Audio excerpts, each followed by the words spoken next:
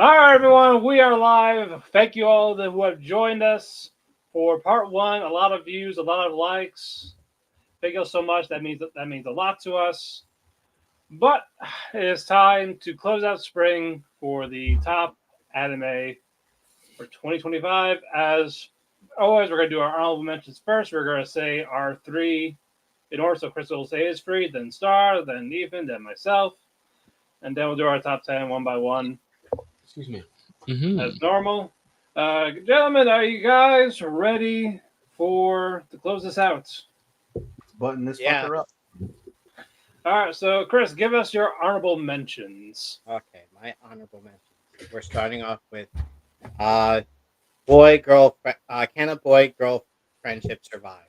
Uh I put it as my number 13 because as I mentioned before, it shows what not to do, what to avoid when seeking a potential partner unless you're into that, like someone being Batman. Um it honestly would have been better if he went with said Himari, fuck you, you're fucking crazy, and went with Enomoto. But people can't have nice things. Uh, that's my number 13. My number 12, which I uh, my number 12 is Gundam G-Cux. Um, Ooh.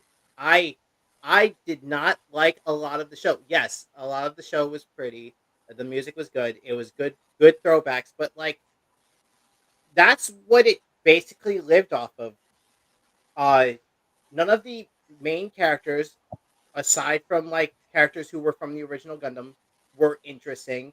Uh, Machu and Yan were too crazy, like too focused on Shuji's affections that like they really couldn't. They weren't interesting. Uh, Shuji was just a bland character who later turned out to be Amuro, which was a stupid twist. And not to not actually have the real Amuro in this show, where you're basing the entire story on base Gundam. It really couldn't sell me, like to like give it a good score. Um, the fights were interesting, but like there weren't that many fights to like keep my interest. I finished it just because fucking Kenshi Yonezu made the opening, and it's a pretty good song.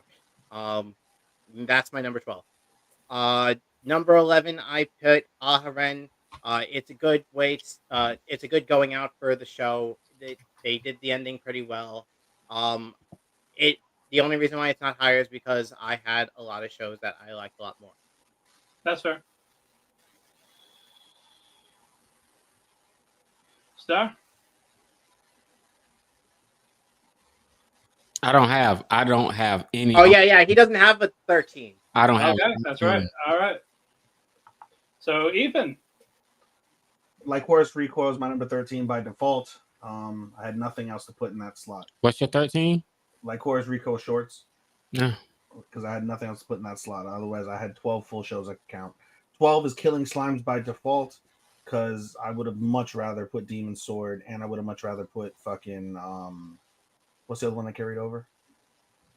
Not Pockets. Pockets would have been on here too by default, but Witch Watch easily. Yeah, Witch Watch on this bitch too. So yeah, Killing Signs by default is number 12. I just grew out of the show. I don't really care for it anymore. It's a nice show if you want to watch an anime with your kids. It's not going to offend them in any way, shape, or form. Like it's a wonderful. I wouldn't say family per se, but it's something you can definitely watch with your kids and not have to worry about anything. But for me, I've grown out of the show. If they come back with a season 3, I'm a completionist. I will watch it and I will loathe it because that's just how I torture myself. Number 11 for me is Can a Boy Girl Friendship Survive? Um, Much to Chris's points, it's everything you don't want in a relationship and a friendship. It's toxic as fuck. However, at the end of the day, the animation was really nice. The musical composition was okay. It fit the bill for what it was, and the fact that the main characters get together at the end gives it some sort of credence for what little that's worth. All right. Number 13 for me is also Light Horse Recoil. Yeah, they were short, but you know what? Short and sweet. They were good. There was nothing wrong with them. I wish I had a couple more minutes at least. Like, maybe making like 7 minutes each instead of 3. But you know what? Take what you can get. I still had fun with them. It may really how much I actually missed the crew, and I cannot wait for season 2. Number 12 is Atsutabi. That's Journey. Is it boring? Yes, but you know what though? I have been to Japan. I do plan to go back. I like learning from this stuff. Like if you are going to Japan, I would say check it out at least so just get ideas of where you might want to go. There can be fun stuff to see, whether it's Eden, hot springs, the hotels, shrines. They cover most of what people go for in terms of a tourist. So I liked it for those. It just wasn't great at the same time, but I would still recommend it if you are planning to go to Japan. Number 11, Shiyunji Family Children. Decent show. Is there going to be a season 2? Hopefully, but I just like a lot better. But it's just still wild that the youngest daughter is the one that's still wild compared to all of them. Say, I'm glad we're not related. That way I can get my hands on them. I got more balls. You got more balls than all of them. Like, goddamn. I'm surprised these 3 major list entirely. Threw down the gauntlet. I'm so surprised. I could have given it to Lazarus, but no. It almost did, but after those last couple episodes, like, you know what? No, I rather watch Like Horse than this. And that was pretty much what happened. Okay. All right, now we are going to do our top 10. So let us get right to it. Let's go, Chris. This was originally number 7, but after the great point that Starman put out, Ladies Rock got dropped to number 10 because, man, it would have been nice to listen to the music more. But I still enjoyed the fucking them like fighting, cussing each other out in monologue. Was like, bitch, you're supposed to be like focusing on this thing. How are you having a conversation? Um, the only time I gave it a pass is when they first performed together on stage. And Lisa and Otaha were like facing each other off, and then Shiro fucking interrupted them. I love that whole fucking moment. That's the only moment I gave it a pass to. Every other moment can fucking needs to get fixed. Okay. Starman? All right. Matt, I have a question. I have an answer for you. Is Sword of the Demon Hunter still ongoing? It's still ongoing. It just took a 2-week break. Oh, okay. I thought they were gonna skip a whole season, then come back. I would have put that fucker at 7 if I could have put it, dude. Okay. Well, I would have put it at 10. If that's the case, I don't have a 10. No. Oh no. 9. Did you All right, put we'll Let's get Watch to you. in? No, I couldn't. It's still Okay, ongoing. good. All right, I wanted to make sure you weren't gonna have an 8. Shirley, literally like 2 of my favorite shows that would have topped off my whole thing. I couldn't even add because they don't end this season. Yeah. I'm like, yeah, that kind of got me. Because I watched like 15 shows. It hurts. Yeah. And 4 of them, man, I came up short. That's Yeah. it. All right, Ethan, I guess it's your turn. Yeah, number 10 for me is please put them on Takamine-san. Of course. At the end of the day, outside of the ecchi, right, which I loved, there is an actual decent rom-com story to this, and that is basically you have Shirota basically is starting to slowly step out of his like no one knows him character shell because of the fact that he's around the magnanimous Takamine. Takamine falls for him, and you learn early on that basically Takamine has known him since they were little, and it's up to it's up to Shirota to figure out that, yeah, we've known each other for this long and I've liked you for this long. And beyond that, Takamine sees all the redeeming qualities in Shirota. Normally someone of her stature would want to go with the popular hot boy, but she enjoys how vastly different they are, but how sincere and sweet he is. And so you see their romance continue to very slowly develop, and by the end, they both like each other. They're just both too stupid to tell each other. And there's a redeeming quality also with the ecchi aspect, and the fact that Shirota is very bashful. He's not a pervert, where he does his best, even though he has to put these underwears on a girl and has seen this girl naked so many times, has seen everything she has to offer, and he still gets bashful. He doesn't get horny. He doesn't sit there like, oh my God, I can't wait to see her pussy today, or oh my God, I can't wait to see her supple titties. He's not like that whatsoever, and I think that endears him to Takamine as well.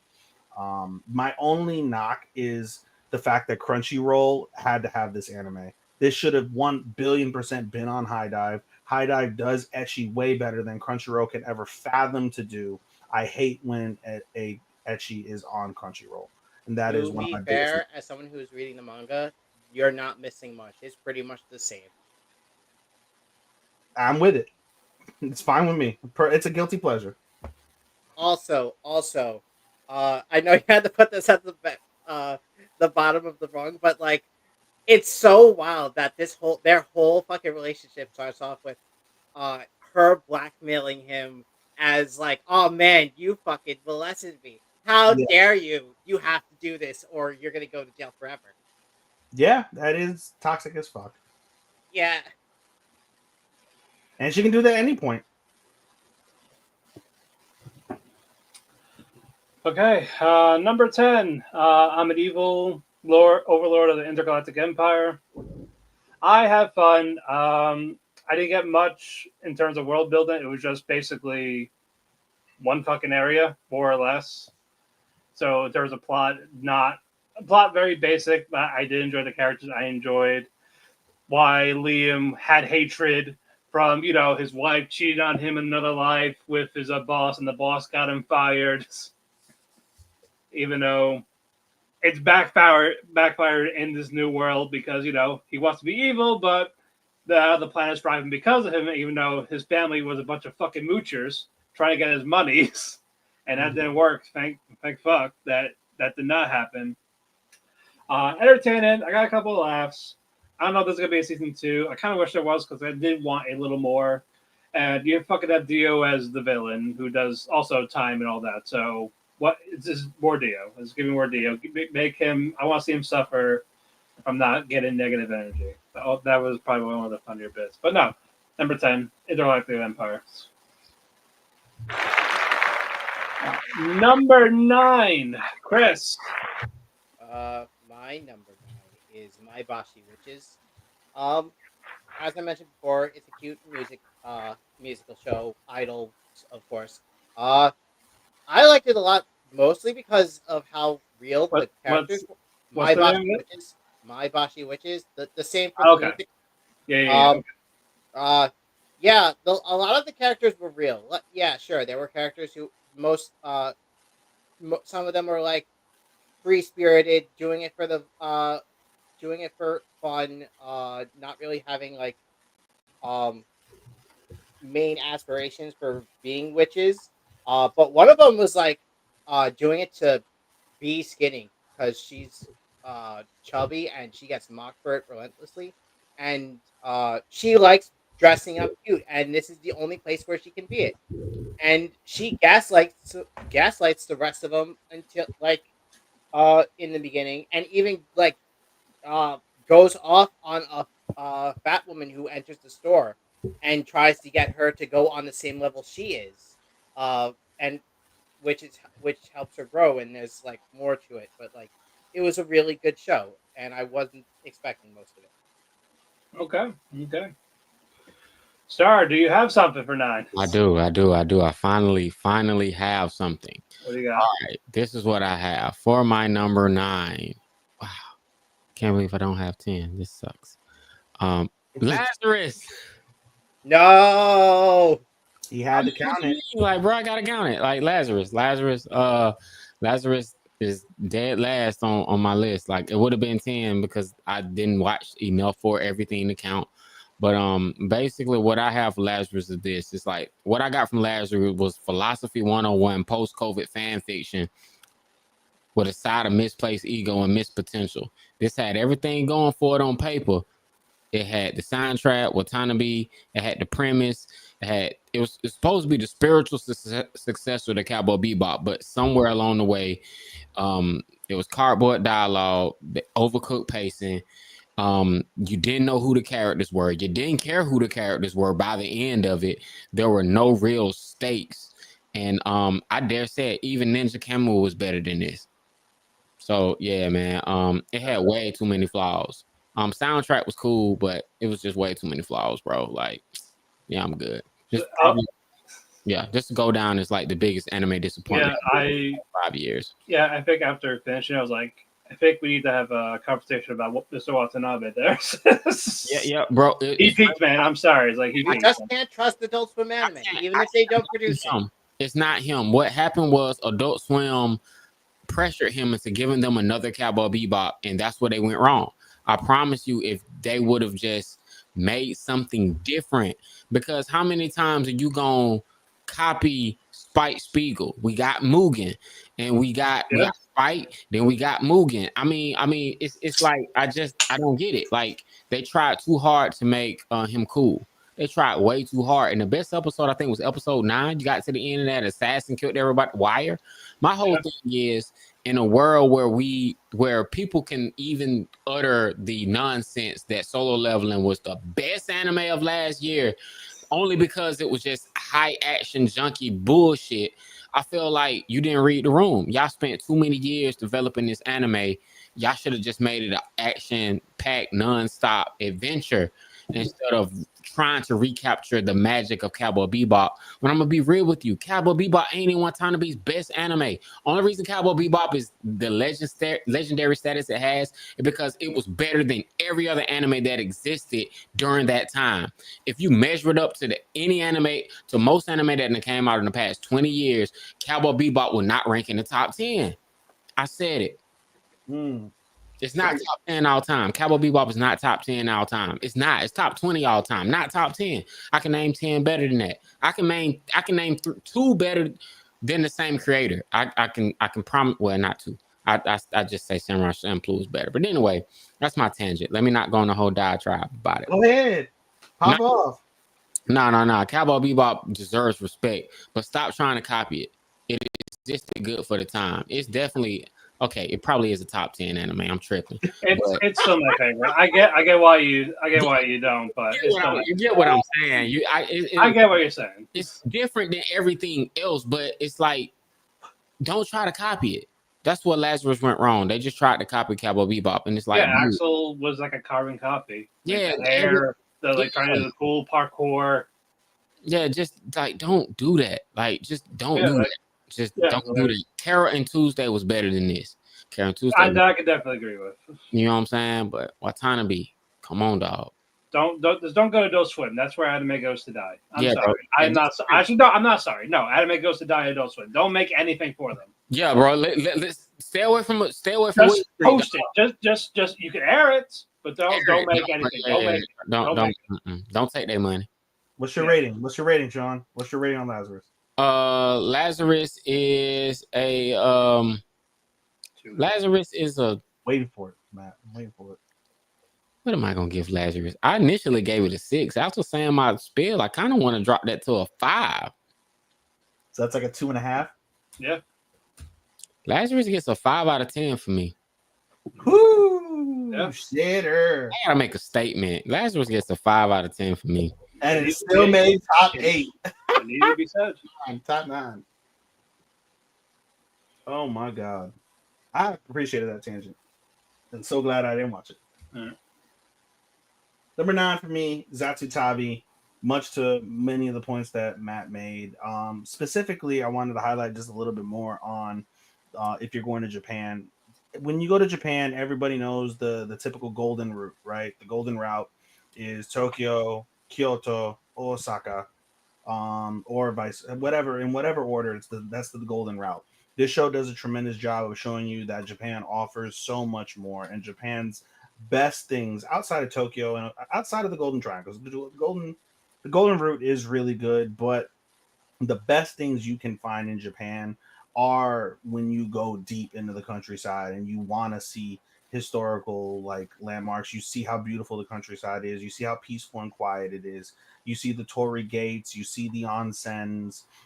You see the mom and pop shops. Japan thrives, absolutely thrives on mom and pop shops that have been in business for generations upon generations.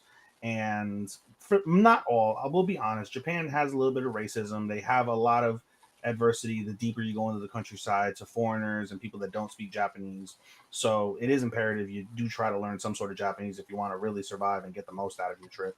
But in any case, to see and get the sights and the sounds and the experience, Zatutabi covers everything, like Matt said, from Hokkaido in the northern part all the way down to Okinawa in the southern part and everything in between. So it's definitely a fun show. It's boring, but boring can be fun in its own way if you can appreciate those type of moments.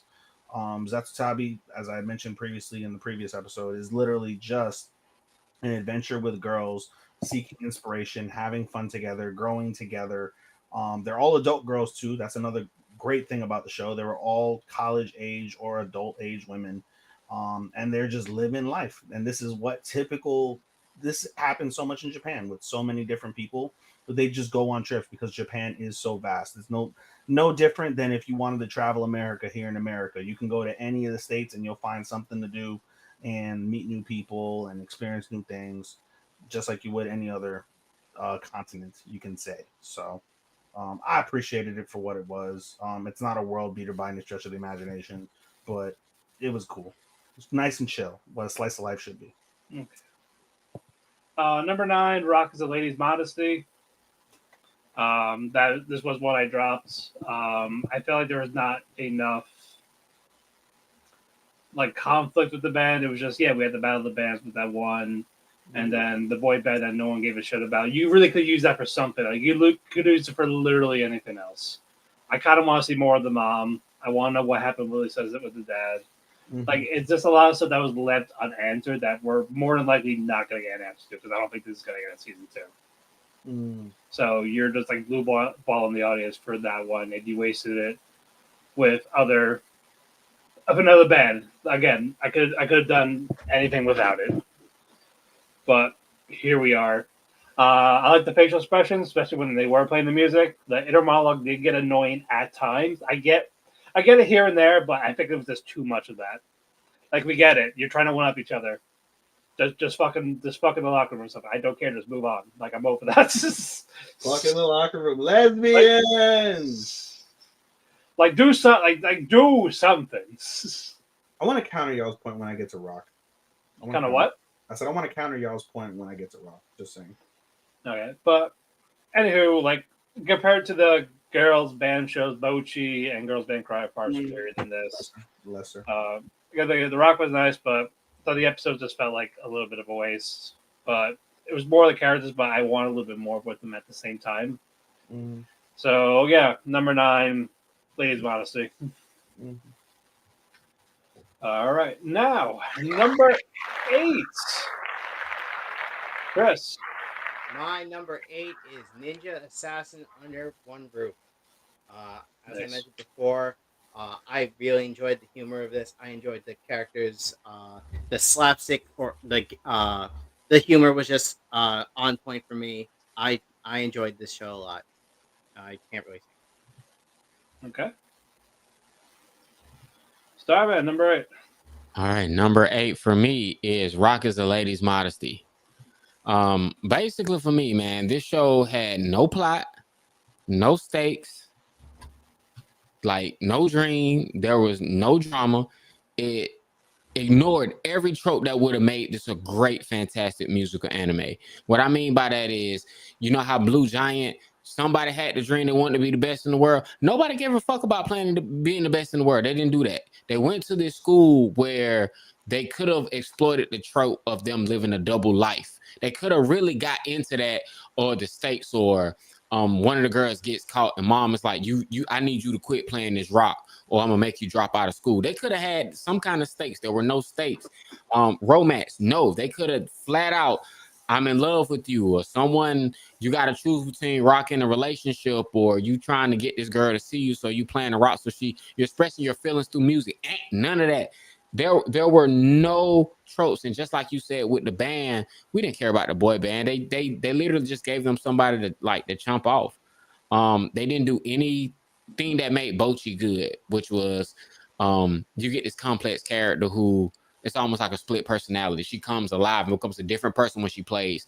Everybody was pretty much what you see is what you get. They did the double life thing in school as a premise, but they didn't dive into it, and they didn't do anything like K-On, where they kind of defy the odds and they take this thing far. It wasn't until the last episode they even mentioned that, like, playing at Japan Fest or whatever rock concert they wanted to play at. It was like, bro, like, what are y'all doing? Other than that, you know me, it's hit or miss when it comes to CGI. I did think it was kind of cool that it probably was mocap. And I love the facial expressions. And the music was dope when they weren't talking through the music the entire episode.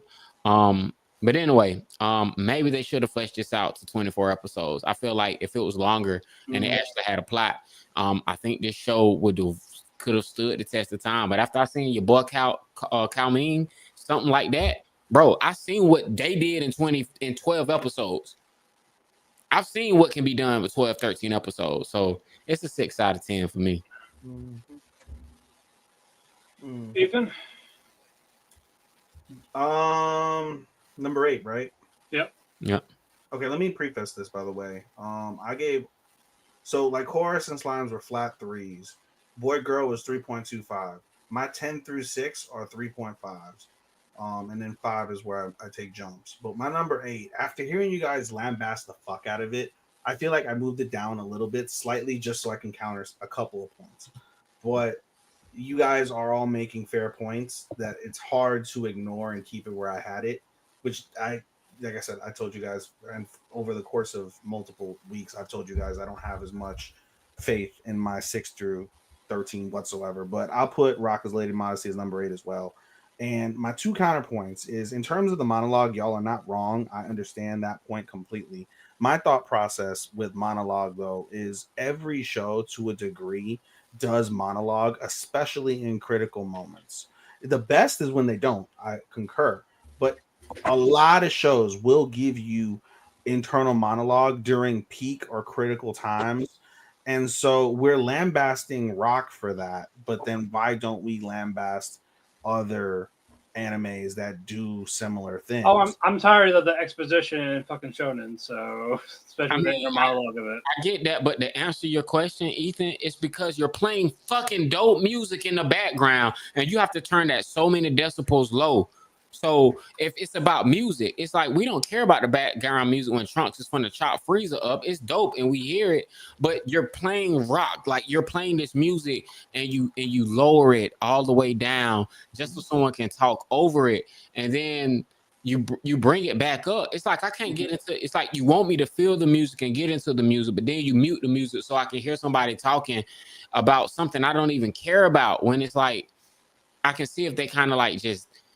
If they would have had a plot, the whole plot, like with the girl on the keyboard, if that would have made more sense, if the whole episode really was about you got to get better or we're going to kick you out the band. There was no real tension. They told her she sucked. She one episode, she came back. Now she playing, looking at her titties, like, oh, I can do this. And now she's just banging it out. And it's like, well, child, if you was going to show up and show out like that, why the fuck you talking? Why didn't you have a come up episode? Yeah, like they did highlight it a little bit, but not enough.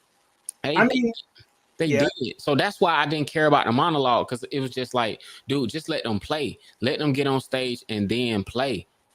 Yeah, I agree with the majority of the points.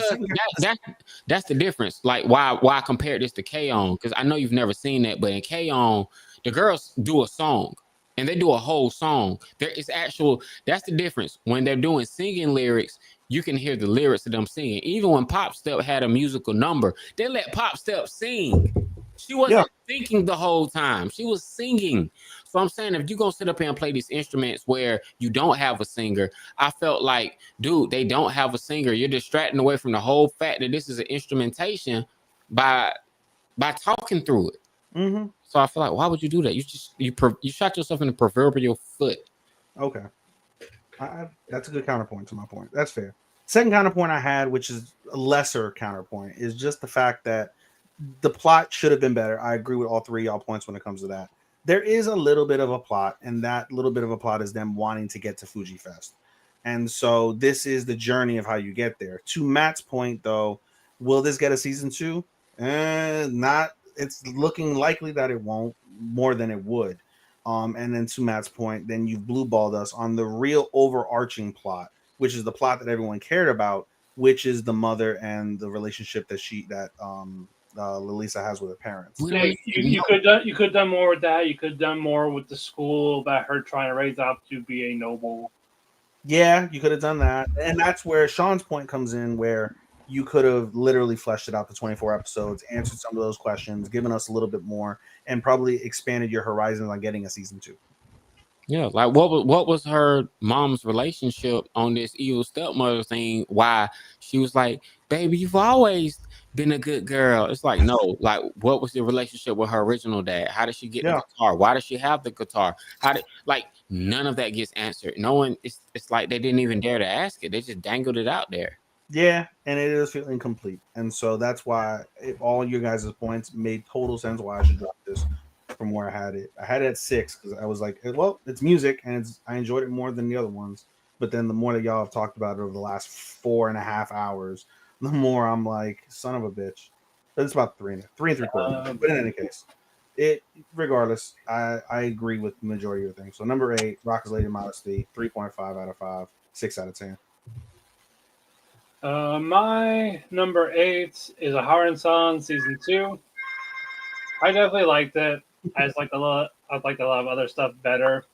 Yes. I did not care about the Ahara's childhood friend, who she thought they were no longer friends with. Like as soon as she got introduced and they reconnected, that was fine. But the fact she kept coming back and she turned to a one note of, oh, she's overthinking. Maybe they hate her, and when you find out she doesn't, she does a little crying thing, and I guess it got annoying. Like just shut the fuck up. Just go back to being a lost friend, a long lost friend. But I liked Ahara and Raido's relationship. I liked that they got married. Their finale was just great. I had them figuring out what they want, what they're going to do with their lives. Them getting married. They actually have a house. They got grandkids.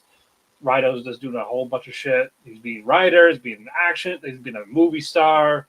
He's an astronaut in space. He's like doing all this, and that kind of fits how Raido is. If you have watched it, like what me and Chris have. I liked a lot of stuff better though, but I still thoroughly enjoyed it hard, and we're not gonna get any more. It ended on a sweet note. So that's number 8, a hard son. Mm-hmm. All right, number 7, Chris.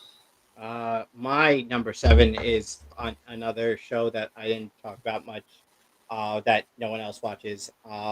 The Two Perfect Saints, Saints. Okay. This show had it's a villainous, not really type of story, focusing on this Saintess who's good at everything she fucking does, but her family and her and the people don't like her because she's kudere. Um, she's eventually sold off by her uh, fiance Prince to another kingdom, and things start to show up for. She's treated much better there. I really like this show because um, the going past the premise, uh, everyone's like or I'm so bad at fucking explaining these because I didn't talk about the show, so I can't explain really like much about it. Um, I just like how the people work in the background to uh the Saintess basically has a younger sister who's super fucking pissed at everyone who got involved. And she works behind the scenes to get revenge and fuck everyone who betrayed her older sister. Uh, get revenge on them and fuck them over. Uh, it's just I really like the drama of it. It's really good and I really enjoyed Okay. how it ended. All right. Starman.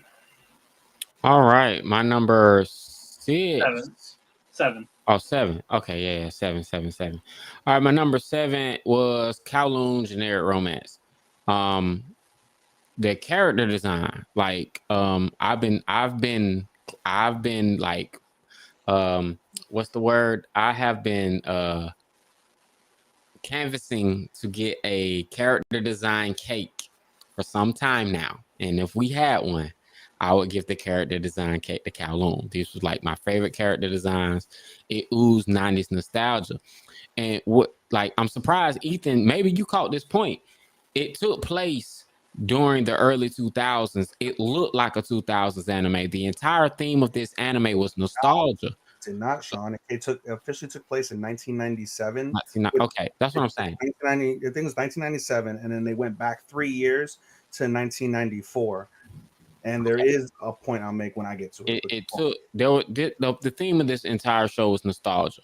But I felt like that was the best part. It should have been a 2-hour movie. I feel like Kowloon just should have been a movie. I don't think it should have been a series. I felt like 13 was overkill because the last 4 episodes they spent all that time explaining everything, only to still leave me with questions on the last episode. I feel like maybe I'm just too used to shock value, but Kurahai A, B, or whatever, I felt like they could have shown her demise. I felt like showing that would have added a bit more weight. What would have really felt real, because it really felt like what really happened to you. She say she took these pills, but okay, I guess. Other than that, they gave you a good story, a good sci-fi. It was a lot of up and down explanations of everything. Like I said, I love the character designs. I love it feeling like nostalgia, and I like the fact that there were so many layers of romance and love intertwined within it. From Philo's love to romantic love to like Eros, just like there was just unrequited. It was self-love, like I said before. It was just so many different types of love that everybody was experiencing in some degree. And that's really what I felt like made this anime shine.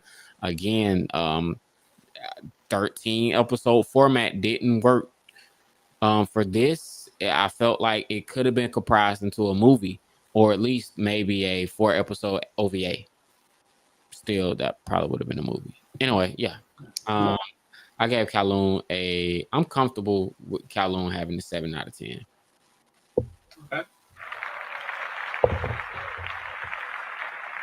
Ethan.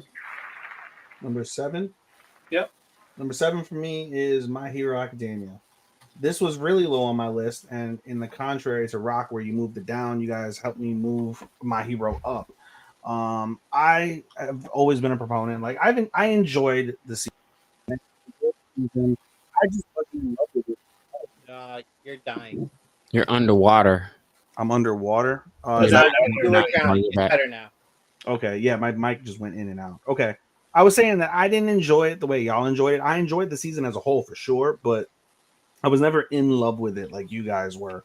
Up until, and I can't say I'm in love with it now, but you guys helped propel it higher with all of your points in regards to academia, or to vigilantes, I should say. It's just, I don't know.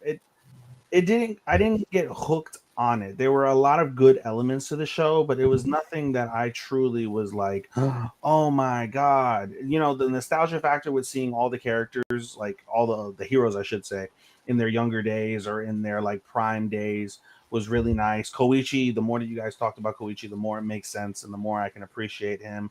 Pop Step, I really didn't care much about, and now you guys have intrigued me with something that's going to happen in season 2 that I can't wait to see. And then Knuckle Duster was just badass as fuck all the time. The American Hero, meh. I don't, hopefully he's fucking somewhere in fucking Hawaii and I never see him again because I didn't give a fuck about the American Hero. And it just, there was not enough for me. Queen Bee was really solid.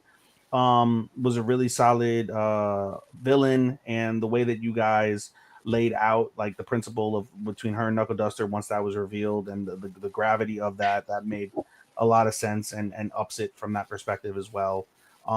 Character design, typical My Hero. Musical composition, typical My Hero. Nothing offensive, but nothing that really stands out in my humble opinion.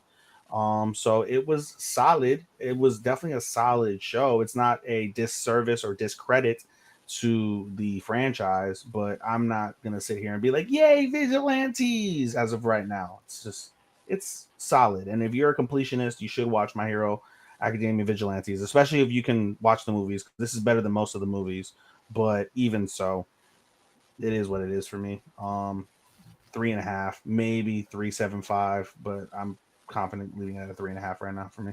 Number 7. Ooh. Okay.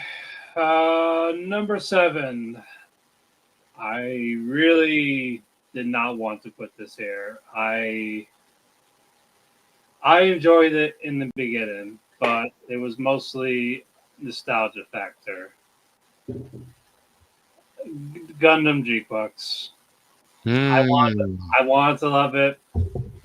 I had it high for a little bit, but just take the nostalgia factor away from the original Gundam. I love all that, but just the newer stuff, it just felt like completely different Gundam. And as like I was like watching two. It felt at times I felt like I was watching two different things, and I personally did not like that. Like one comment said that we saw is peak and ass at the same time. But I didn't hate it. People are calling it like the worst Gundam. It's not. It's far from it. It's not my favorite, but I will say like if you aren't a fan of that type of time that UC timeline, yeah, sure, watch it. Also, I'm always happy to see Sharback. He's one of my favorite characters. It was cool to see him. Like, what if he got the Gundam? Machu and Yan, they were like I take it or leave it. Visually though, it is nice. I love the callback. I love how they did like the 80, like the callback for the old school with the music and how certain fights like were shot as if it was like with the POW and all that. I liked all that, but again, it's just nostalgia. I have to rate it as is, like as its own separate entity type of thing. And it could have been better. It could have been better, but it's not the worst thing. That's why it's like in the middle. Also compared to everything I've seen this season, I think it's decent in the 7, the upper half. So yeah, number 7, G-Books.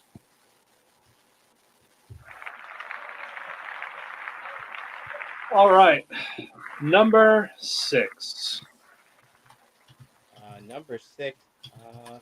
My number 6 is Apocalypse Hotel. I went way too in over this throughout the last stream, but my whole spiel on this is I really enjoyed the story for this. The characters were all unique and interesting, and uh, it had a really good fight scene in the middle of it for no fucking reason. And it was, I mean, it was out of place, yeah, but it was still a pretty interesting fight. Um, and when the plot twist happens right at the end, it's really it's a really interesting show. Starman. All right. Number 7. All right. 6. Oh, 6. 6. Okay. Yeah. Okay. Number 6. Number 6 was Apothecary Diaries. Okay. What you said, Ethan? I didn't say nothing. I raised my eyebrows. You just All right. So the reason why is Apothecary Diaries is the definition of a character-driven show. I stand faithfully on that hill, and I will say with my full chest that your ability to love and care about Mau Mau will completely shape your view, good or bad, of this series. Season 2 really did have some great moments, but trying to keep up with the inner politics of the Jade Pavilion really took some work. At a certain point, watching Apothecary Diaries just felt like homework. It just felt like work. I was watching it and just trying to keep up. The finale dropped all of the high stakes that it had built up. Like initially, this show was I actually got a rise when I got somewhat closer to the end, but once I realized, oh, none of the children died, they lived. And they kind of did that whole revelation. It washed away everything, and then Genji got his face scratched up because Shawty, she doing that, she dancing outside like, what the fuck are you dancing for? Then she gets shot, and then she ain't dead, and I'm like, yo, y'all playing with these stakes in my face. Why y'all playing with these stakes in my face?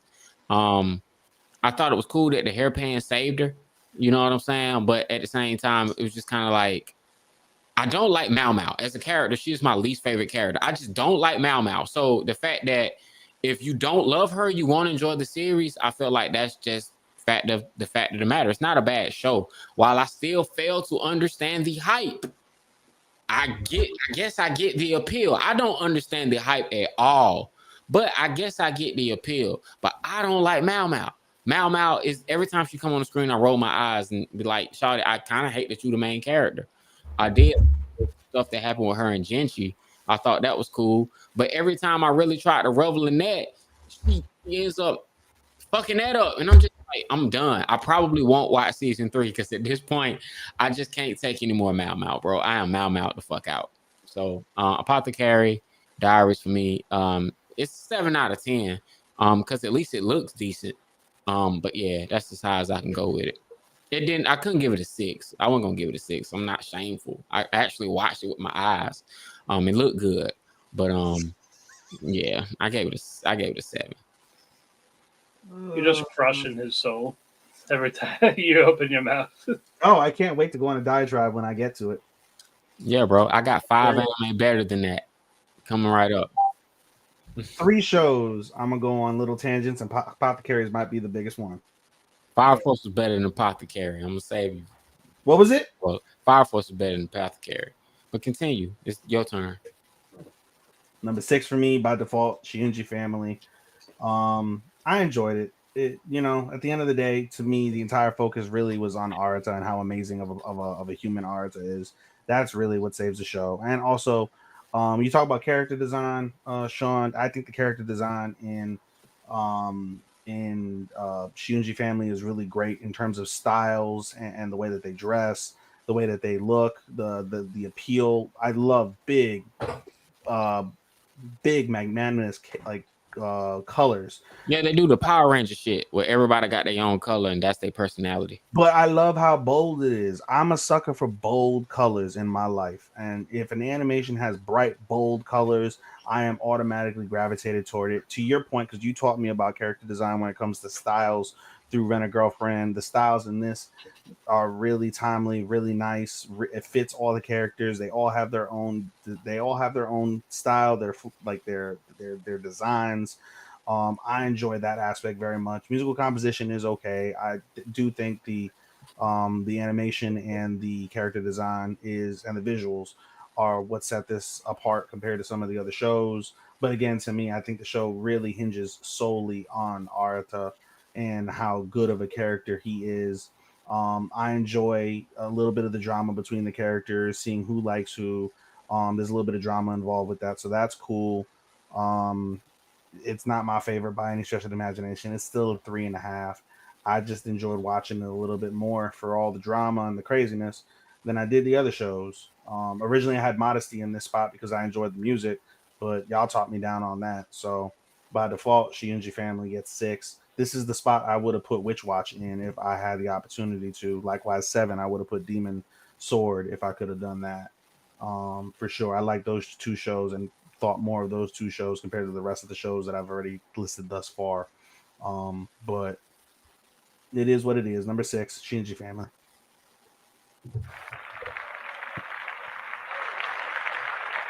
Okay, real quick before I do, I was gonna say number 6 to 3. They're all about the same. You could you could swap them anywhere, and it will still be like either the same grade or same ranking. It's just how they are for me. Number 6, My Hero Vigilantes. I have fun. I like the group together. Crueler, nice protagonist. Knuckle Duster's fantastic. I like Pop Step. Um, it just came down to I just want like a little bit better for different reasons, even just by like smaller things. I will say this got me more hyped for season 2 more than the original My Hero story did in the past few seasons. So I will definitely give it that. It felt like how I enjoyed like season 1 of My Hero. Like when I got started watching it, I got that feeling again from watching Vigilantes. Like basic powers, nothing too crazy, nothing too over the top. It was just a nice vigilante type story, and they did a damn good job with that. So that's why number 6 is Vigilantes for me.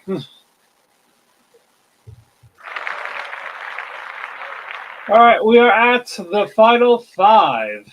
Top 5. Top 5. 5. DOA. DOA, top 5. All right, Chris. My number 5 is Apothecary Diary Season 2. While I didn't much enjoy the first half due to how all over the place it was, it really picked up in this later half. I enjoyed learning more about the colorblind, the secret society group, the Fox Village, and their whole connection to the Empire.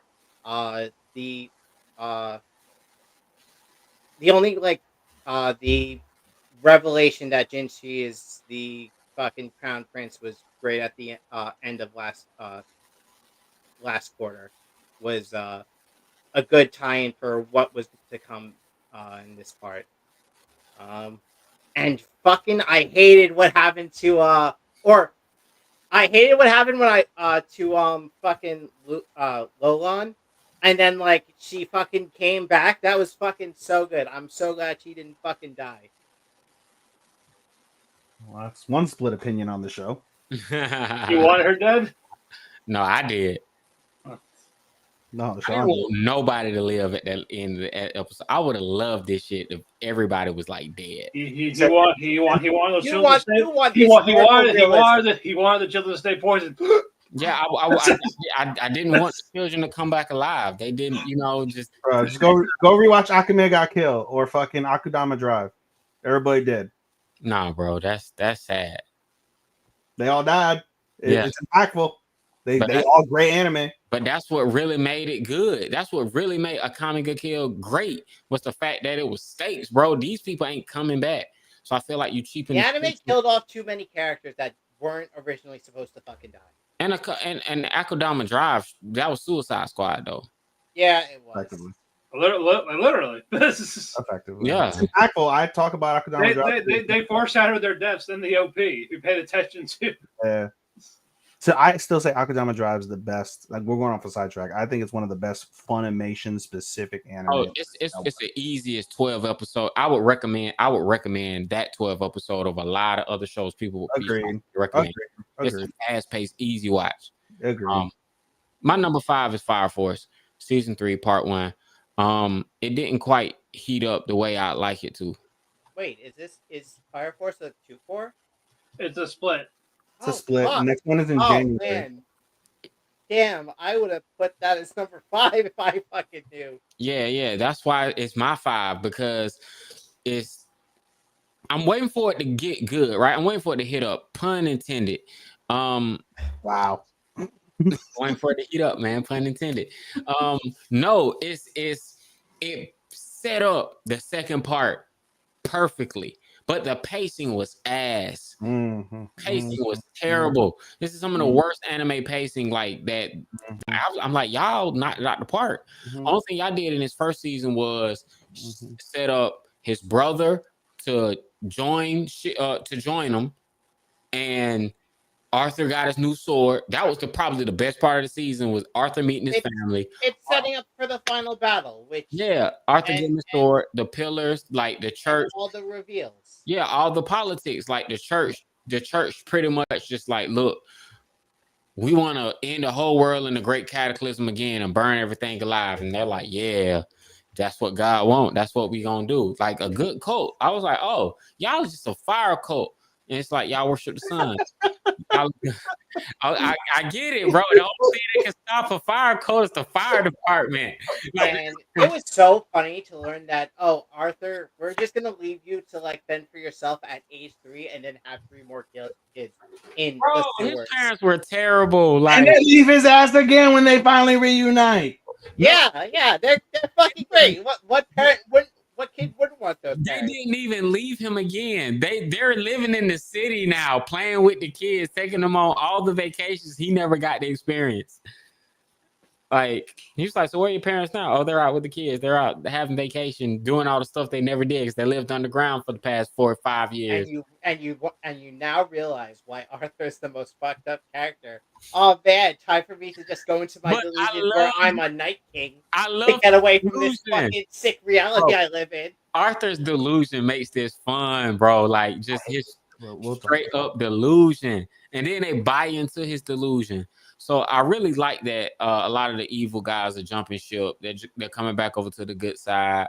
I thought the last episode was dumb as hell. I didn't want to see them find a giant fire kaiju in the water. I'm like, why, y'all was just fighting everybody. Why y'all fighting this giant rock?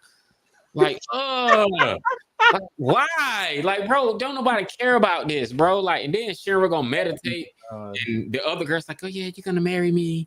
Yeah, I'm like, what, bro? Just get a part 2. That's it. It just set up part 2 perfectly. But this part, other than being a You're ignoring the fact where it revealed that their Earth was actually our Earth. Bruh.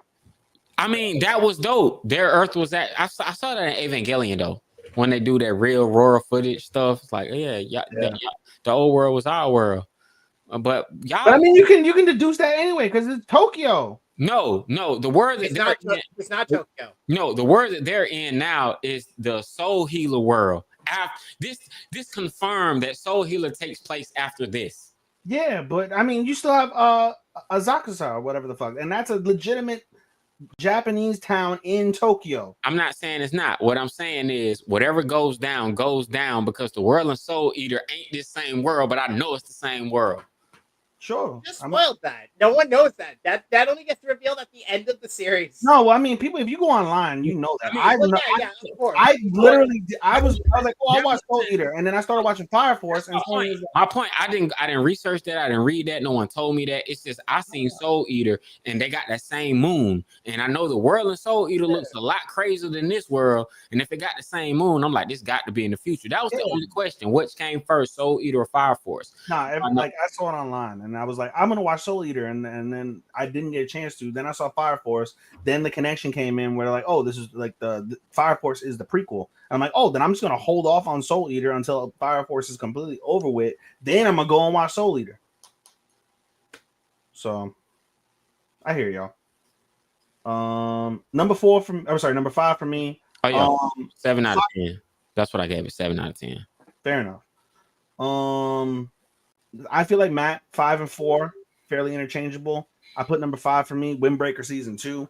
I enjoyed the shit out of it. The fights are amazing. To Chris's point earlier that he made in the show, or in the awards, I should say, Sakura's development, although still kind of cringe in a way, is noticeable. He has progressed. He has matured and improved. The fights is what you're always looking at when you look at Windbreaker. The fights are great. And the backstory the stories that are intertwined through them are solid. Tsubaki's story is by far the best thing about this season outside of the fights. It was a wonderfully told story, and although the season finale was a little bit lackluster, it did do basically what season 1 did from that essence, which was basically set up the stage for season 3, which I very much look forward to. I still am of the proponent that I enjoyed season 1 more, probably because there were more fights. But season 2 did not take a major step back whatsoever. Like I said, I gave season 1 4.5. I gave season 2 a solid 4. Giving the series a 4.25, which aligns with what Matt gives it from his perspective when we talked on the podcast. I enjoyed it. I can't wait for season 3. Glad y'all put me on. I'm upset. I didn't realize Windbreakers also ended last season too. I thought it was What? a continual. I thought Windbreakers was a continual. No, No, that's the downfall. It should have been. It should have been last time. Yeah, it should have been. That's the whole point. After CNC, I'll get to that later. But yes, this confirmed it. Like they dropped the ball with not making this 24 episodes. number 5 for me is Kowloon Generic Romance. I like the characters. Like Sean said, you know what? It probably could have been a movie or maybe a 10 episode thing instead of a 12 or 13. I not the great with pacing, and you can tell like some of it definitely did drag. Like until we actually learned more about the mystery did build up though. Just the episodes in between, it either felt repetitive or just involved someone that you just do really care that much about it. The sci-fi part, like I didn't really get a whole lot of sci-fi, just except for the Mirage, basically. It wasn't like a main thing. The romance, as Sean said, with different types, like with different types of love, that is, yeah, correct. But if we're going by like just a straight up romance, it's just a little forgettable. If you look at it in that perspective, that's better. So I actually like that. I actually like that better than just think of it as just a regular romance anime. So I never respect it for that. I have fun.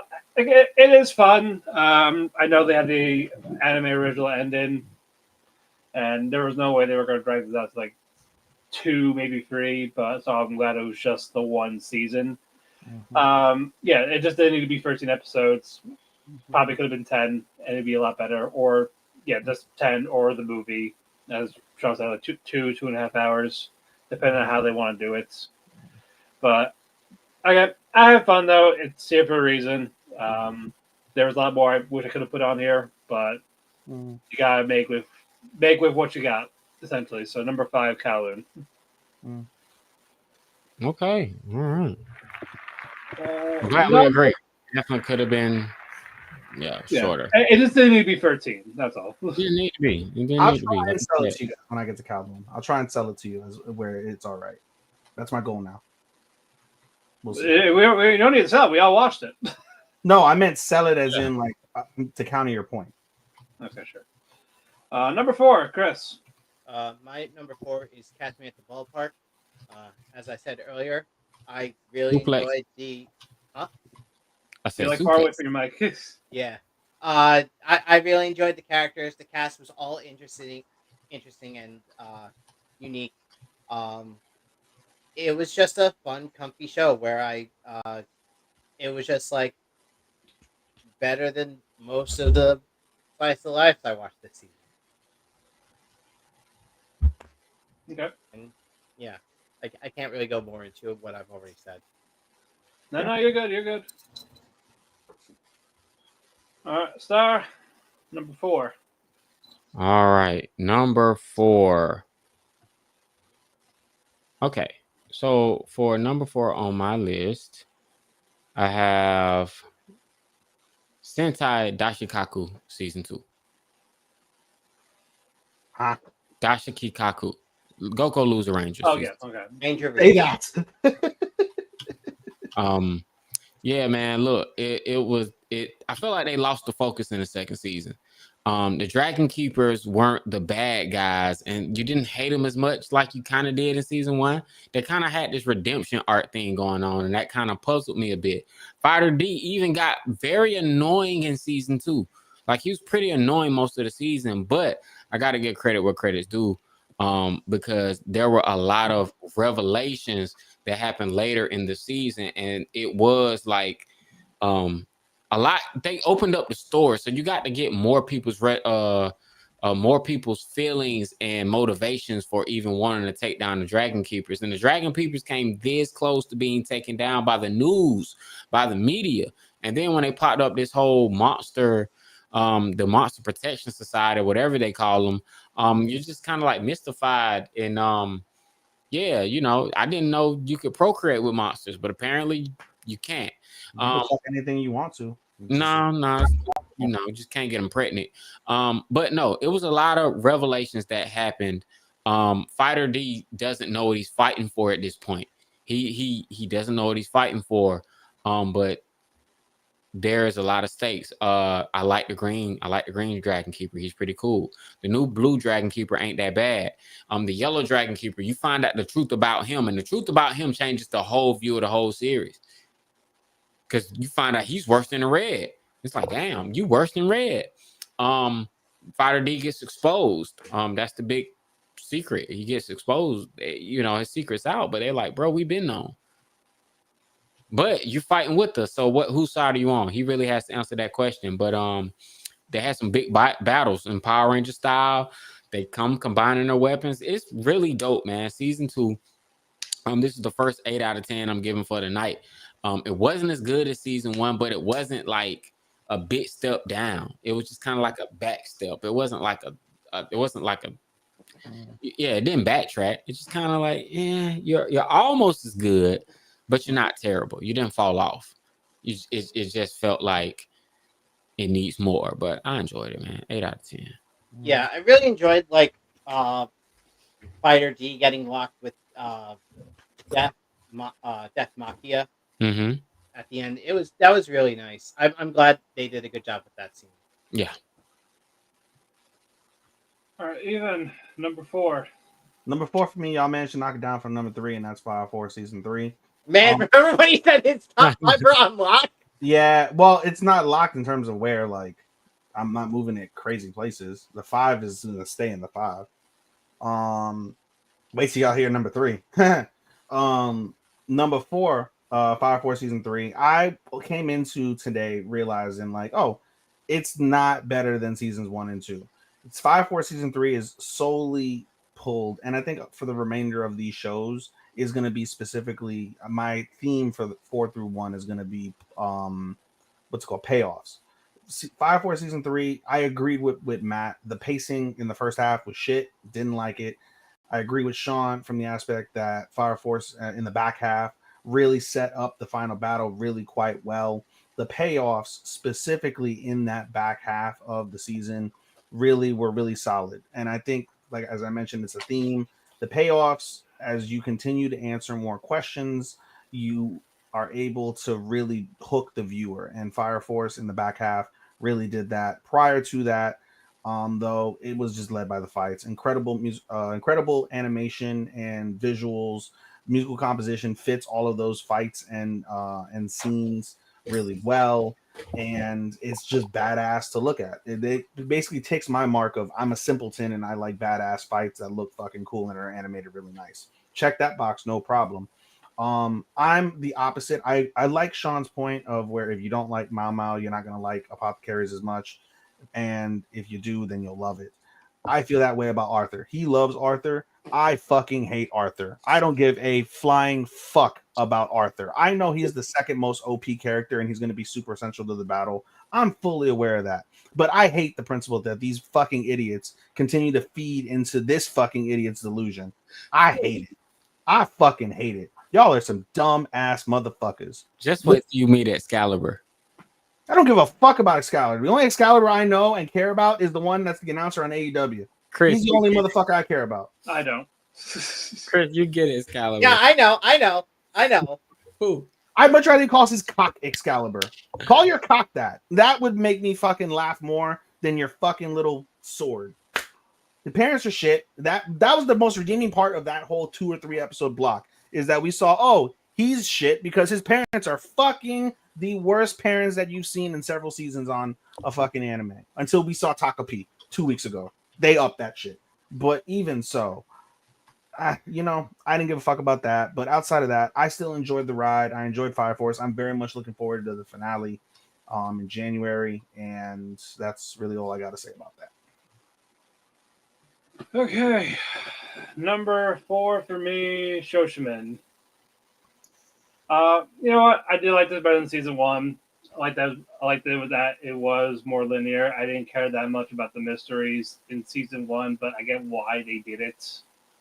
Now, so okay, like you know what they're capable of. Now let's see what happens in season 2 with Osanai and what's the other guy's name? Kobato. Kobato, yeah, Osanai and Kobato. Get to see them separate for a bit, like after their breakup from Osanai going freaking psycho. I kind of was hoping she was being antagonist again, but that's the only thing that deducted some points. Like I want to see a little bit of her doing that again. But I like the case with the arsonists. Osanai just ruined Urano's confidence in like seconds. Grand fashion. He killed it. She killed the man. She killed the man in public. Not quite in public, but sure. But I said, out at night, out outside the open. If anyone walked by and saw this, like no, You would have loved it if he did it. If she did it in front of the school. I would have, because you know he had this fucking ego, and he needed to be put in his place, and I'm glad he did in some capacity. Yeah. The second case, you know what, that was fine. We get a little bit more about how Osanai and Kobato met. I like the conclusion of that. We're definitely not gonna get season 3. The main story is fully adapted. The whole thing have like some spin-off stuff, but that's really not important. But it did end nicely. I will definitely give it that. It got the season 1 taste enough. Are there better shows? You know what? Sure, but I don't have Ann and Hero X to basically be on my 2 to 3 basically. So unfortunately, that's what I'm dealing with. So yeah, number 4, Shoshimin season 2. All right, number 3, Chris. My number 3 is Kowloon. I really enjoyed the mystery for this show. I really enjoyed the payoff at the end. The characters were all great and interesting, and it was great to have fucking Reiko just tell Kudo, that's the main character's name. Yeah, Kudo, to just fucking let her go. And just make she was allowed to be her own person. Mm-hmm. No, that I liked. Yeah. Mm-hmm. Number 3, Sean. So, all right, number 3 for me is Windbreaker season 2. It's Windbreaker season 2 because you know it set up season 1. It's the setup from season 1. It improved everything I complained about: the pacing, the character development. Everything was sharper. Honestly, it felt more like a continuation of season 1 than a flat out second season, especially with them opening up the whole season with a fight where they left off with last season. And I feel like Windbreaker really just should have been 1-2 core season. It should have just been part 1, part 2. Them splitting it up still doesn't make any sense. I feel like if you flesh it together, it's more digestible. But I feel like it delivered on everything I wanted it to do. Like we got, I don't know, we got character development. We got some less is more fights. You know, it really just and they opened up about what's to come, about the new battles to come. So I'm more excited for season 3, but they gotta give me like, I don't know. I feel like Freerin is. I feel like what they're doing with Demon Slayer, they probably should do with Freerin, bro. Like either make this one long season, 24 episodes, or just make this a bunch of 2-hour movies. I feel like Freerin would be a great movie series. You could cut out a lot of the middle stuff and just give us a lot of fights. I feel like because Bofrin, I feel like Furin, I feel like this is the one anime that is currently airing that you could take to Netflix or take the Warner Brothers or take to Hollywood and make live action right now. And I feel like you get a dope. We are getting live action. Yeah, I saw that. I'm just saying, you know. Okay. 8 out of 10. All right, Ethan, what's your number 3? Number 3. By the way, to go back on Fire Force, I gave Fire Force season 3 a 4.25 out of 5. So then I gave that a solid. I think I gave it a 7 out of 10 when I did it. Number 3 for me, Shoshimin season 2. Matt covered a lot of the points just now in his number 4. I will say this: when it comes to Shoshimin, I enjoyed, just like him, season 2 a lot more than season 1. Every single one of the stories, Matt thought they were good. I thought they were great. I enjoyed the payoffs. The payoffs were tremendous in season 2. The way they wrapped everything up was really solid. I enjoyed the stakes. Season 1, the reason why people didn't necessarily like, I would imagine, season 1 is because there were very minimal stakes involved up until the last arc with the abduction of Osanai. The season 2 had stakes from the jump. Arson, and then subsequently literally attempted murder, and then the finale was basically trying to starve off being murdered for this. Their gumption to want to solve mysteries continued to put them in perilous positions, and it culminated in them literally almost dying in the freezing cold on a rooftop, with them having to basically talk their way out of getting murdered by this fucking psycho that was hell-bent on killing them for all the wrong reasons. The payoffs and especially the stakes were really high for this, and I appreciated that very much. It is a little bit of a shame that we won't see a season 3, in my opinion. The fact that they adapted it so well to the news that Matt just said 2 seconds ago makes total sense. I'm with it. It ended really well. I wouldn't have minded the season 3, but nonetheless, I enjoyed the absolute hell out of Shoshamin. Least I forget also the visuals. It did win my visuals of the season. The visuals were tremendous. The way they shot that in movie format is unique to the show itself. No other show truly does it in that method that I've seen as of the times that I've been watching anime. And I know I'm more junior to the three of you, but I thoroughly enjoy that aspect ratio that they shoot in. And then, as I mentioned in the last episode, the way that they go into the fucking panel shots of the landscape and how they capture that. It's really, really well done. Musical composition fits everything well. It fits the drama of the moment. It fits some lightheartedness when they're in cafes and things of that nature. I think it attributes to the show quite well. I'm sorry, acclimates to the show quite well in terms of when it needs to have what note. So yeah, solid 4.5 for me as far as I'm concerned for Social Man.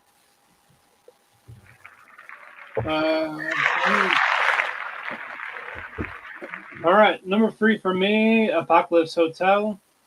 For something that I picked up late, I very much enjoyed it. Definitely a lot more than the other shows I had. I like a good post-apocalyptic world setting, and they did a nice job with the hotel. Like it's like Tasakari Hotel, like a different setting could make it seem so vastly different depending on the characters and everything. I liked all these characters. I liked Yaoichi. I like the other robots. It can be funny at times. It can be serious. Get a little bit of a dramatic aspect of it. It had a nice balance of everything. That was what drew me into it. I'm happy that I'm happy I was able to pick it up. 12 episodes was plenty. Very fun if you're into that sci-fi type of setting. That's stuff I would recommend in terms of checking out. So yeah, number 3, Apocalypse Hotel. All right, number 2, Chris. My Hero Academia Vigilantes. This was everything I was hoping for when they announced it. I loved the manga when I read it. It gave me the fix for like the character development that My Hero sorely lacked in the later arcs, and it's just eh, it's really great. I enjoyed Koichi, uh, learning, developing as a character. Pop Step, supporting him through her huge crush that he is too oblivious to see. All the side characters are fucking uh, important in their own ways. It's just s- what I really wish My Hero could be, but it sadly won't. Okay. All right. So, man, Chris, we were almost twins. Like I literally had vision. I had that there. I had to think about things for a little minute. My number two. I don't know about you, but for me, this was the best production of 2025 spring so far. Had the best animation, best visuals. Um, and that's really what did the heavy lifting. I'm talking about Gundam Quicks. Gundam Quicks. I'm giving it an 8 out of 10. That's my number two. Really because of the style and the spectacle.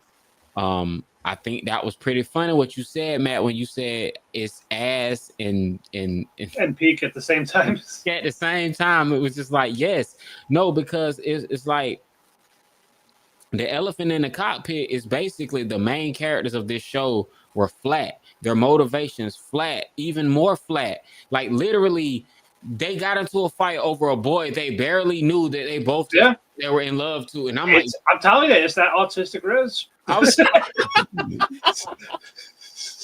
That's the bro, true power of fucking new types. new types, bro. This new type magic shit, bro. Like they do had the personality, bro. He had the personality of a baked potato. Like, buddy, Oh, he's male unseasoned chicken. Is that what you trying to say? Brody had no. I'm talking about like, see, Machu. You would think. Okay, my personal take is I think Machu was the incarnation. She was Amuro Ray in this timeline because of the red hair. But when you get to the fact that he fought Char, it's kind of like, oh, were you Amuro? I don't know. But like I said, if you are a fan of the original Gundam series, you will either love it because of the callbacks, or you will feel that it sat on the shoulders of the original and pissed on it. I feel like you're not gonna be in the middle. You're gonna feel like either they took their favorite original series and just pissed on it and just used it as a stepping stone to sell this new thing.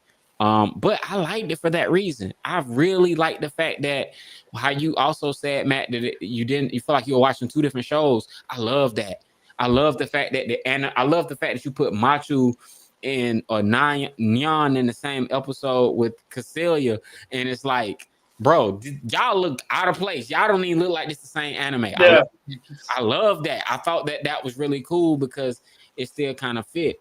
But the only reason this is not my number one show, despite the fact that the characters and their motivations were super flat, was the fact that this deserved the Witch of Mercury treatment. This deserved to have 24, 50 episodes. I just felt like it was way too short. I saw it in the movie, and that's really what sold it. Why I was like, yeah, this gonna top it. Because if you would have saw them first, you would have saw the first three episodes, like how they made the movie. You would have saw that in IMAX. Oh my G. Oh, I already made up my mind. Then this was gonna be best visual animation. Because seeing this in the movie was like nothing else. But it looks so good.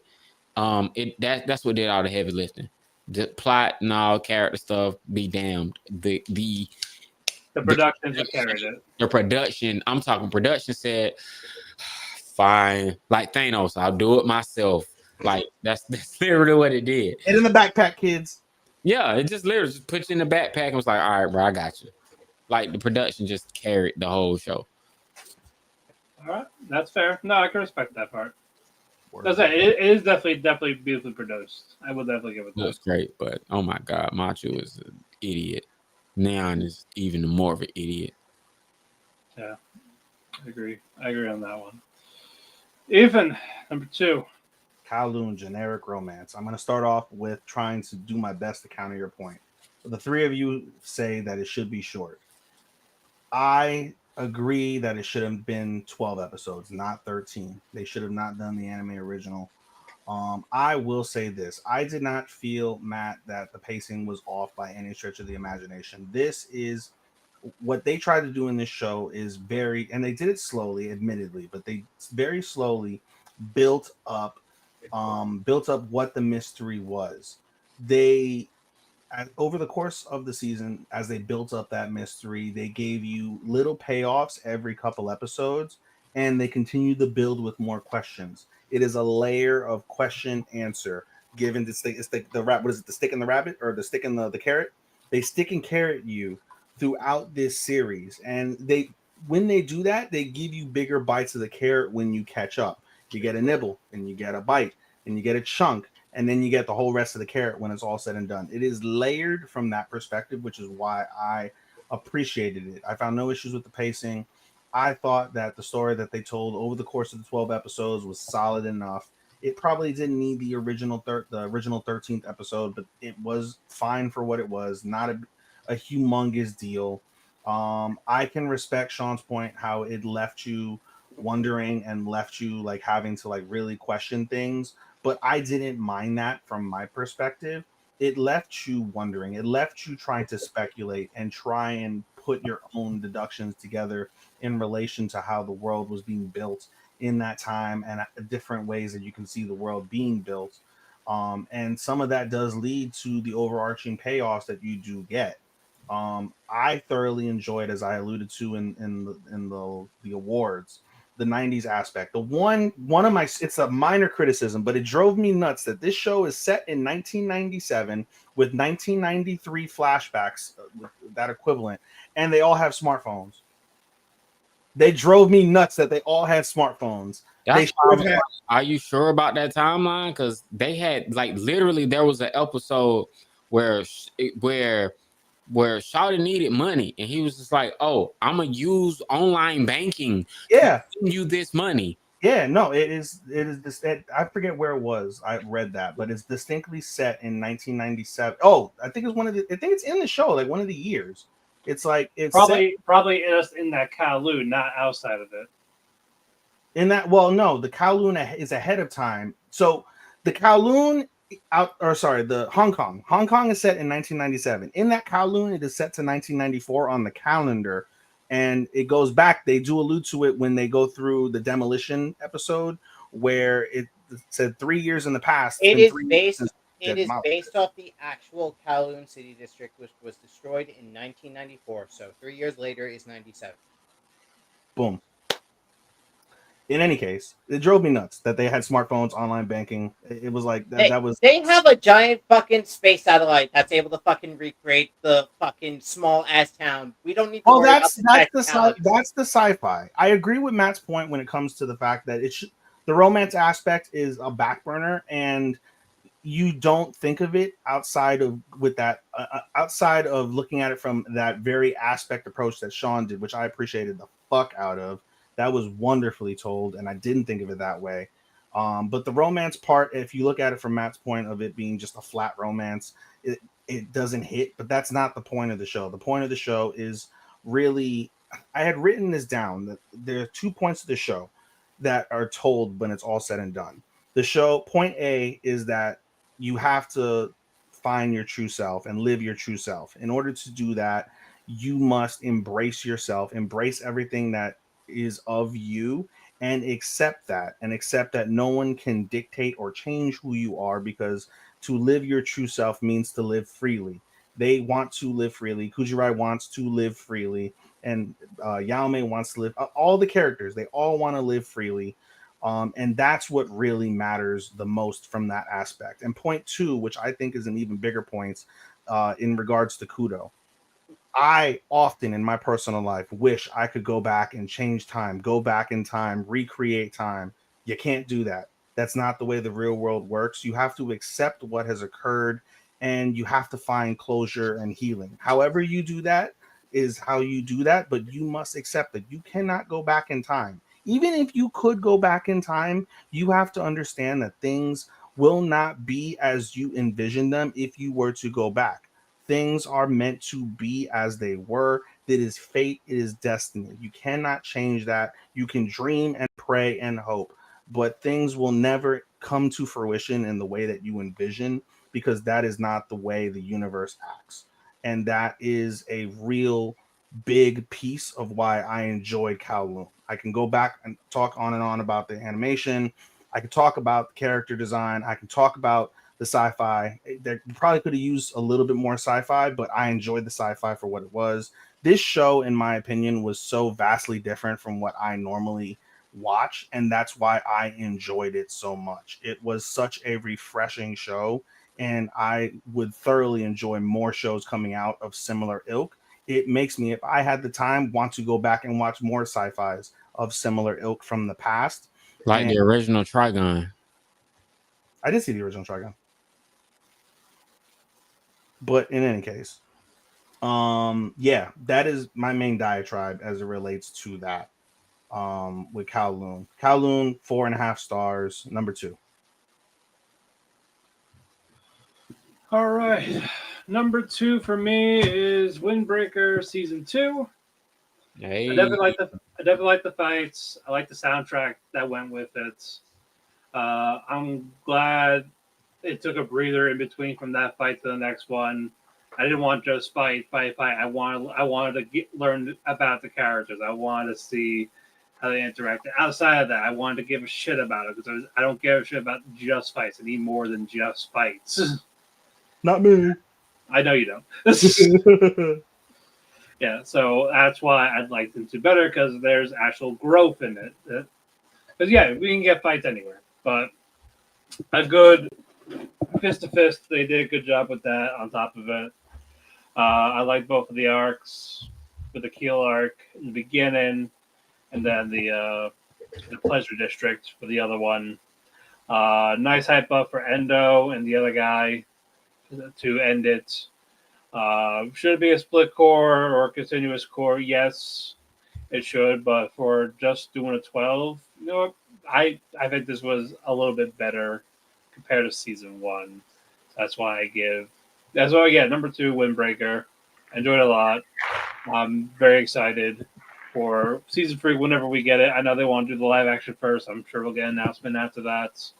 But no, I'm excited. I like that. I like the new introduction of the characters, fights. Like I said, fights, music, growth for Sakura, introduction to the kings, like I was like Tsubaki and the others. So no, I'm excited. So yeah, number 2, Windbreaker. All right, number 1. We've waited a long time for this, guys, and I've waited even longer. Is it 2 Devil May whole Cry? fucking seasons. 2 fucking seasons. I've waited for I You should. know Weekend it. season I 2. should. I thought he was gonna say Lazarus. Why would No, I fucking Lazarus? it's Devil May Cry. No, it's Weekend season 2. Yeah. I fucking enjoyed this. It was so worth the wait. Um, just like not even because the fucking opening is so good, but like the show really did like better in in it telling its story with getting you interested in the politics going on in the world and introducing you to the uh world itself. It's just it was so fucking good, and I can't really explain more because I'm fucking What? terrible at this, so I'm passing. What? No, what show was it? Uh, Our our last Last crusade. Crusade or the Rise of a New World season 2. Gotcha. Yeah, he was supposed to get it in like I was supposed to get it in October, fucking. summer. I was supposed to get it last year. Yeah, and they got one indefinite It hiatus. went. Oh hey, you like those 4 episodes? Too bad you're Good gonna have because to we wait for don't, so the we're gonna last fix of them. All right. Well, my number 1, drum roll, please. No, none needed. My Hero Academia Vigilantes. Chris said a lot of the reasons. It reminded me of the first season of My Hero, why I liked it. Personally, I think stripping away UA and just focusing on some high stakes street level hero work is the smartest move the franchise made in years. Dark Deku was cool. But I feel like this feels like everybody's at that big party and it's crowded and it's hot and they just want to claim they're having a good time, and you're at somebody's house party and it's like, yo, this is a vibe. Like, not everybody's here, but I kind of like it this way. Like, it really just feels like with Vigilantes, you get to tell people, if you know, you get to tell people, hey, you're missing out. Check this out. I think you'll enjoy it. Now, I don't think you're going to see many t-shirts with the crawler on it or a bunch of, popped up backpacks, but I think this trio of heroes was like just way more interesting. They just stripped away the whole like I don't know, just not know. It's like you got a couple people with quirks and one guy who doesn't even have any. This guy's straight up Batman. Like I'm really poisoned. Could the crawler with prep time take Batman? Not the crawler, but Knuckle Duster. Like, and his name is Knuckle Duster. Like, come on, Knuckle Duster. He's a Nick Cage Don't go to- Batman Kick-Ass. Don't go I to may the not have a Wikipedia quirk, but I'm not out of page. options. Right. So the finale did feel like a little filler, but they were able to set up the next season. They were able to charm us a little bit, give us some music. We got closure. We got some closure, and we got like build up. I feel like the last episode. I'm a fan of when you actually close everything in the penultimate, and then the finale you use that for closure. Because I think a lot of anime they close everything out in the finale, and you either get closure in the last 5 minutes of the episode or you don't get any at all. So I appreciate them just being like, dude, we're coming right back. We're coming right back. Don't even wait. And after I got my pop step spoiler, it's like, oh shit, let's go. I'm ready. I'm really pumped for season 2. Like, so this is my number one. I give it an 8 out of 10. I'm satisfied. Man. Don't go to Knuckle Duster's Wikipedia page. Yeah, what he said. Yeah, so Vigilantes has earned a spot. It will be cracking my top 10 for the annuals. Because as I said, every number one anime for each season gets a spot. So Vigilantes earned a spot. Congratulations, Vigilantes. You earned a spot. Imagine Knuckle Duster with One for All. Bro, saying. That's what I'm saying. Bro, I literally thought of that same thing. Like, oh my, I know you had to give it to Deku, but my G, if Knuckle Duster got that power, bro, it'd be no. You can't give him that power though. He's an anti-hero. Yeah, He'll take it too far. He's like Batman for real. That's what Knuckle Duster would just literally like hit check something and it'll just go flying 100 feet, destroy buildings. Bro, just make him a suit. Just make him. He's Batman for real. He's this. Give him All Might suit. He needs the UA Tech Academy for sure. Yeah, I think next season that is when All Might gets his suit. I saw that spoiler too. Yeah, he does. Yeah, and it's in the. Yeah, they showed it in the finale. Right. Yeah, he gets a suit. All right, number one for me. I said it was number one for weeks. It's no surprise that it stood where it was. Apothecary Diary season 2. I am not Sean. I love the fuck out of Mao Mao. I agree with Sean because I love Mao Mao. That's probably why I love this show. However, I will give you other points as to why I love this show. Again, as I had said with the theme from 4 through 1, the whole overarching theme of this top 4 is going to be payoffs. I can agree slightly that the pacing from the first half was a little bit lacking compared to the second half, but nonetheless, as more things progressed in the second half, this show for me excelled because it answered every single question that has lingered since the second half of season 1. It took a while to get there, but I appreciate how they did it. Every single piece of the overarching mystery involving the inner palace, all centered when it boils down to it, after the backstory is told, it goes down to the pervert previous emperor, the pedophile. When it's all said and done, everything revolves around the previous administration. This show is about rectifying the consequences of the previous emperor's actions. There is immense fallout from those actions, and that gets spread throughout the palace, throughout many people's lives. People that get killed, people that get banished, people that are in all these different scenarios and have to deal with um, all sorts of issues. What's the word I'm looking for? There's a big word that I wanted to use, but in any case, all sorts of issues that they have to overcome, trials and tribulations that they have to overcome. And I think the payoffs in Apothecary Diaries season 2 were tremendous. Similar to Kowloon with the carrot and the stick, they would do the same thing, except it was even it was to an even greater level with Apothecary Diaries. They would give you a big question, and in the process, over that time that that question formed, would give you more layers to and more answers to previous questions that were had throughout the back half, starting from the back half of season one, going into this season two. The payoffs were tremendous, as I mentioned, from that aspect. I can respect Sean's thought process of keeping up with the politics is work. I can respect that. I didn't feel that way. I was able to keep up with it fairly well. It becomes something of like it becomes something of a web. You see the meme of the fucking crazy guy, and he's got all the fucking like the webs and all that leading to that center.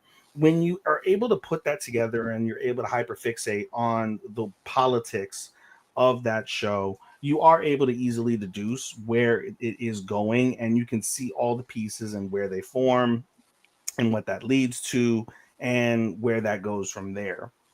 I was really, really, really happy with being able to ride that ride. It is a thriller. It is a mystery that I am not used to because, again, similar to that, there's not many shows that do it to this level, in my opinion, that Apothecaries does. Mao Mao is to me, again, a tremendous protagonist where this entire universe indeed does revolve around her. However, her essence is what truly drives the change in the inner palace. A single female apothecary that was abducted against her will, forced to work in the palace, has fundamentally changed the existence of the administration and subsequently the company or the country. I think that is a tremendous testament to how Mao Mao is. She uncovers the Fox Village. She is able to deduce and put pieces together on her own. There is hardly any sort of assistance that she gets. And she speaks, and rightfully so, about the principle of solving mysteries. A lot of what we do when we try to deduce questions is we speak in conjecture, and when you speak in conjecture, oftentimes that may lead you to an improper conclusion that may have greater results in a negative light as you progress through whatever you're dealing with.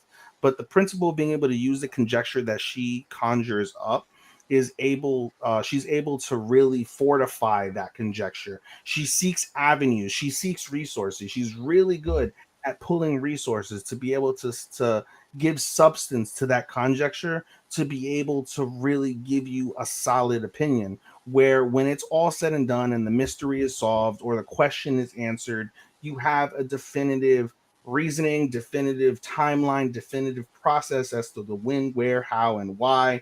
And that gives you more anticipation for the next steps. Is there more to it? There's more peeling of the onion, as we talked about throughout this entire series. I enjoyed that ride so fucking much. I cannot wait for the sequel. Cannot wait. Cannot wait to see what else unfolds. How she makes her way. It is inevitable. She makes her way back to the inner palace.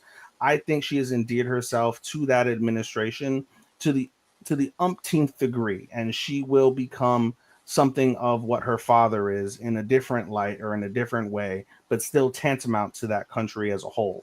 I can forgive some of the finale as it relates to the happy ending. I don't mind the happy ending. I don't mind if it would have been a dark ending either, but I can forgive some of those pieces. I thought it ended quite well. The happy ending was really nice. The end with Jinshi was cute and funny. It's the ship. It's one of the biggest ships I think in all of anime that people are looking forward to. Is the moment that they come together and they consummate that relationship, not in the sexual aspect, but the principle of actually officially being together. I think it is highly anticipated, and I can't wait for that moment to arise. And I can't wait to see how they maybe draw in some of the characters as they progress through that next season or that next movie to be able to bring them in and lend credence to whatever scenario that they find themselves in and find themselves as useful. Every character you see there has a purpose, has a reason, contributes to the story, contributes to Mao Mao's overarching development and Jinshi's overarching character development, similar to Kowloon from the character aspects from that perspective. I just thoroughly enjoyed Apothecaries so fucking much. Probably midway through the first half of Apothecaries. I always knew this was going to be a top 3 anime, and it pretty quickly got to number 1, and it never lost its place for me as far as I'm concerned. So thrilled with Apothecaries. Cannot recommend this show enough to people that enjoy thriller, mystery, anime, and good character development, and awesome animation, and wonderful musical composition, and wonderful character design. It checks all the boxes for me as a really good show that you can recommend to someone that may not be an anime watcher, and they may find pleasure in this show. I gave it a 5 out of 5. I don't care that you may think it's high. I say that with my chest. Love it. Congrats. Woo. 7 minutes 26 seconds. Bro, I was due one. I was due one, and I saved it for my final. I did. That I gave you your one. And I saved it for the life. If you were going past 10, I was gonna cut you. No. It didn't hit me to an emotionally visceral level for me to go that long. I can get rid of that. Number 1, Devil May Cry. We're out of here. I'm kidding. That would have been funny. No. It's Apothecary. I didn't rate it as high as him.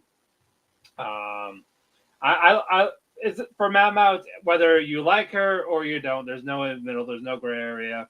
I enjoy her. I get house vibes, minus her being an actual doctor. She's more of an apothecary. But she's house, basically. It's female house. Without the joke. I love house. So I like that we got to learn more about Jinchi instead of being just this eunuch that's just flirting with Mao. Like we get to know more about the empire itself with the previous emperor, the consequences of that, as Ethan said. I wish, at the same time, I wish I would do a little less of him once we found out about him, that he's Emperor Drake. That's all he's going to be now. So, Emperor Drake. A minor. Hey, Emperor, how'd you like him young? Well, that's kind of how they were back then, too. So I can't knock it for being somewhat accurate. That's another thing you can say about it. It is time accurate for 1700s Imperial China, because that's effectively what it is. Even if you wanted to go Imperial Japan, it is time appropriate, for better or worse. Yeah, I'm still a fan of the music. It's still visually pretty. The soundtrack, I like that. They're trying to show a bit more human side with Mao, with Xiaolong and Shui. Like her, like yeah, maybe she could have friends. Maybe she could. Doesn't work out, and you get to see her cry. And I get why you're mad about the kids just stay dead. I agree, but with how they've been hyping up this. Whoa! I wasn't mad about it. I was just continue. You can't dangle the stakes in front of me, bro. Can't dangle the stakes. Look, I agree. Maybe yes, they should have stayed dead, but at the same time, they've been hyping up this resurrection medicine that they had to do it. I was like, all right, fine. As long as I don't have to see it again, we're good. You showed it; it can be done. Go away. No, I like the conclusion of Lulan of how she broke free from Mother Earth. It meant like that side of her had to go. Mm-hmm. But I guess I am no longer dead. But no, I enjoyed it. It is number 1. I wish I had other stuff too, but I liked it. I liked it for what we got. I like season 1, season 2. They're about the same. I don't like one better than the other. I like them for different reasons. But for season 2, it just explored more. So it's good. This is good for that. However, they're going to do the sequel. I'm looking forward to it. This is definitely one that they were probably going to keep going until the show's over. When is that going to be? I don't know. But as long as I have enough material to make it going, I'm just going to be sitting right there just watching. So yeah, number 1, Apothecary. Number 1 would have been Anne Shirley, and number 2 would have been Tubi Hero. Apothecary would have been 2. 2, okay. Yeah, Hero 3. Hero would have been 3. If it wasn't all anthology, I probably would have given it number 1. But guys, with that, the cafe is closed, and that means spring is officially over, and we are here for summer. Woo! Next week. Thank you all so much for joining us. Whether it's Dirt Street Radio, Dope Network, YouTube, social media platforms, audio platforms like Spotify, Apple Music, Amazon. Just give us a 5-star rating. That's help us out. We have our gracious thanks. Follow Talk Cafe on various platforms down below, whether it's Twitter, Instagram, Threads, Facebook. Follow me on Twitter, DamePhoenix12. Instagram, House Husband Cosplay. Follow Ethan at Daisuke24 for his Instagram or at Showstopper24. Follow Chris at Chris Zephyr on all the social media platforms. Follow Sean, aka Starman on Twitter, or Rico Star. Check out his second album just came out along with his book. His fucking book, y'all. He's an author. I said I listened to the album yesterday. I dug it. I got the book. It'll be here next week. Can't wait to read that. Enjoying the Khaki Color Kid. Follow those adventures. You can do that on Audible, maybe on Audible, Amazon. Is it on Barnes and Noble? Barnes and Noble is giving me the runaround, but it should be on Barnes and Noble soon. Yeah. So go to Amazon. Just type in the Khaki Color Kid. You'll see it right there. The first 2 books are right now. Give them a read. They're a nice read, and then check out the music on Spotify. Rico Star, REEQO Star. Yes. Yep. Thank you for the Star. plug. Yes, you're welcome. And we will see you next week for our summer season premiere with some first impressions. Till then, Oyasumi and good fucking night. Get out. Sayonara, minasan.